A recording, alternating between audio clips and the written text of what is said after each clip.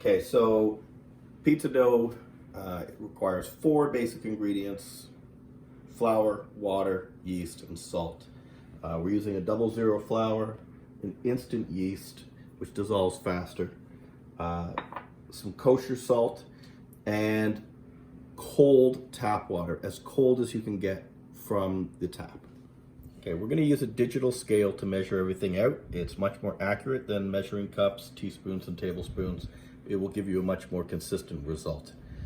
We have 1 kilogram of flour, we have 20 grams of kosher salt, 3 grams of instant yeast, and 700 grams of cold tap water. We're using 700 grams of water to a kilogram of flour to get a 70% hydration dough.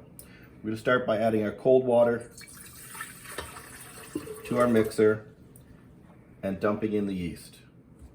Okay, we've taken our kilogram of flour and we've divided it into 3 portions: 750 grams, 125 grams, and 125 grams. The first 750 grams gets added to the mixer along with your 700 grams of water and your yeast, and you're just going to make a flour soup. It's going to be very runny, but you want to make sure it's well incorporated. So we've mixed this for a couple minutes just to make sure everything is nice and incorporated. That's the first 750 grams of flour with the water and the yeast. I'm going to add some toasted wheat germ to it. This is completely optional. I like it because it adds a nice nutty flavor. So we're going to add one of the 2 smaller portions. They were 125 grams each of flour. We're going to add this fairly slowly. Make sure it gets well incorporated. We're going to put the salt in with the last batch of flour. The reason we don't add the salt until the very end is that the salt inhibits the flour's ability to absorb moisture. All right, our dough is now ready. All the flour has been fully incorporated. We're going to turn it out onto a lightly floured surface, and we're just going to let it rest for 5 to 10 minutes while the flour finishes absorbing as much water as it can.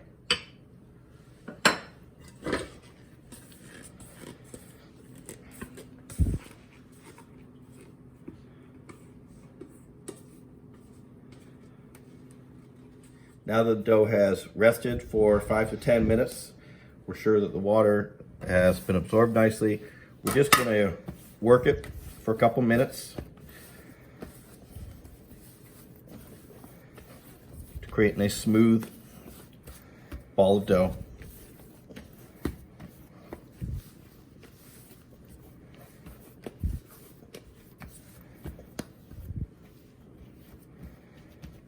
All right, we're just going to put it in a bowl with a little bit of olive oil just to coat it.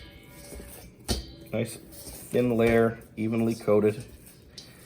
Now you can leave it in the bowl, or you can put it in another type of vessel. I'm going to use the Cambro.